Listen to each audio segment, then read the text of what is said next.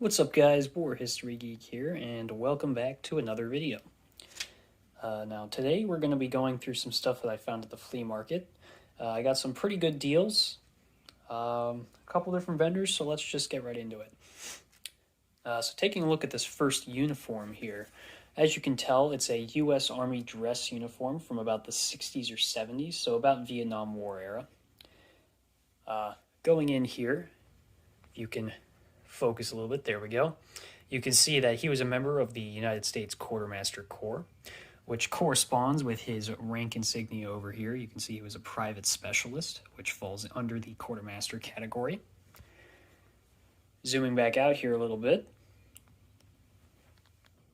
you can see that he has his Rifle Certification Award, and then also the National Defense Service Ribbon, which was given out during the Korean War, Vietnam War, and later conflicts to people who weren't serving on the front lines necessarily or saw combat, but were still in the armed forces during those conflicts. Then lastly, taking a look over here, you can see his unit insignia, which is corresponding to the Theater Army Support Command in Europe. And that was around for about 10 years, I believe, from the late 50s to the late 60s. So, very interesting piece there. Now, you can see, taking a look at the inside, it's lined in what I can assume is probably a nylon. Very nice. It still has its original tag with its designation number, and I believe that's the size, but I can't tell you for sure. And then over here, you have the U.S. Army uniform, and the 100% wool, and then the laundry instructions there. So, very nice uniform. You can see his other rank insignia over here. Like I said, or actually I don't believe I said this yet, they originally wanted $10 for it. I talked them down to $7, so excellent deal there. It's great to always get these personalized items. They all tell their own story, so very interesting. I doubt I'll be able to identify who this ever went to, but of course I'll always check the pockets and see if there might be anything that would identify this person.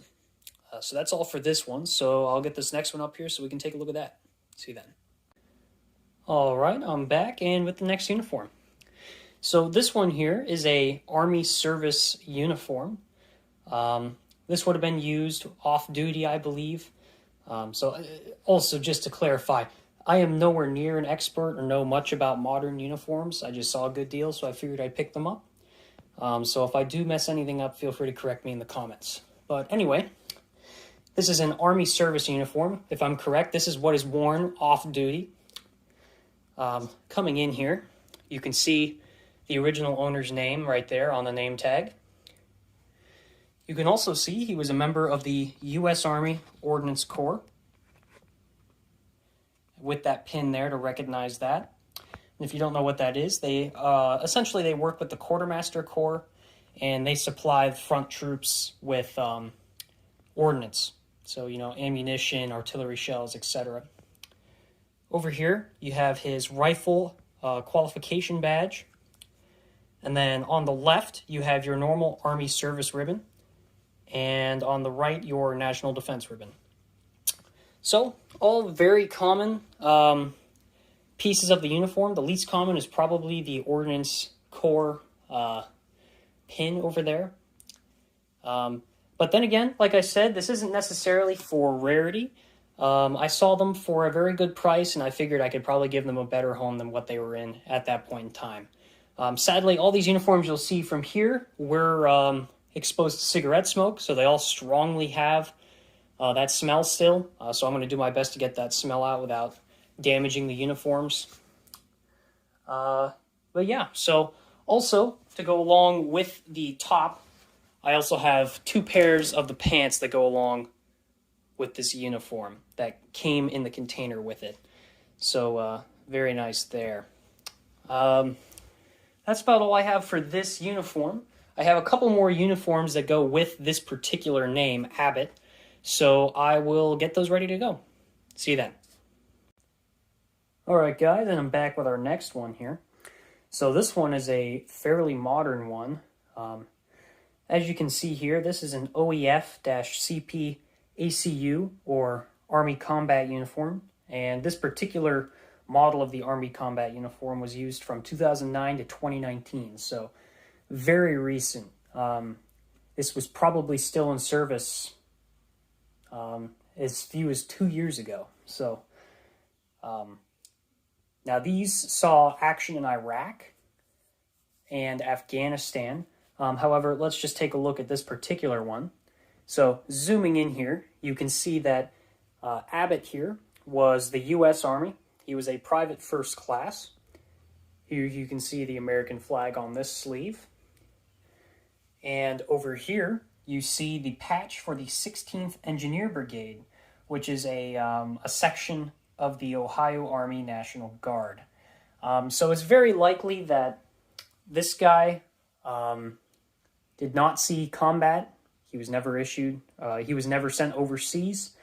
The 16th Engineer Brigade was sent overseas for 1 year in 2005, I believe, if I remember correctly from my research. So it's very likely that he never saw combat. He was just over here stateside. And along with this one, I have two more blouses here. One is brand new with the tag still on it, and the other one is used. This is the only one with the patches, sadly. And then I got two pairs of the trousers, and I'll hang one up here for you to take a look at. So very cool there. Very glad to add these to my collection. Like I said earlier, I'm nowhere near an expert. I almost never collect these modern items, but I saw this deal, and now I do have an example to add to my collection. So very cool there. So that's all we have from the Abbott collection, and I will be getting the next stuff up. See you guys then. Alright guys, and last up here we have the ABU, or the Airman Battle Uniform. It was introduced in 2007 and served all the way through this year, 2021, until it has been phased out and replaced by the OCP.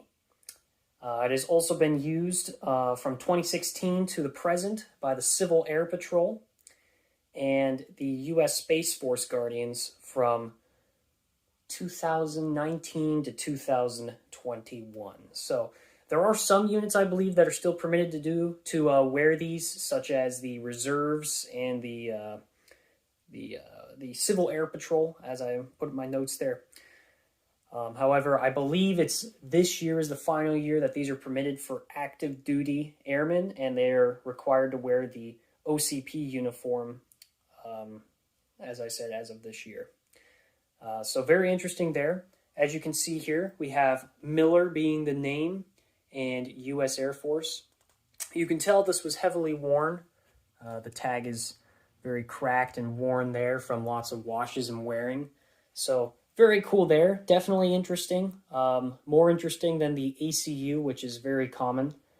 And then going along with this, I got two more blouses. Sadly, I only have one pair of the trousers that go with these. So let me add that right there.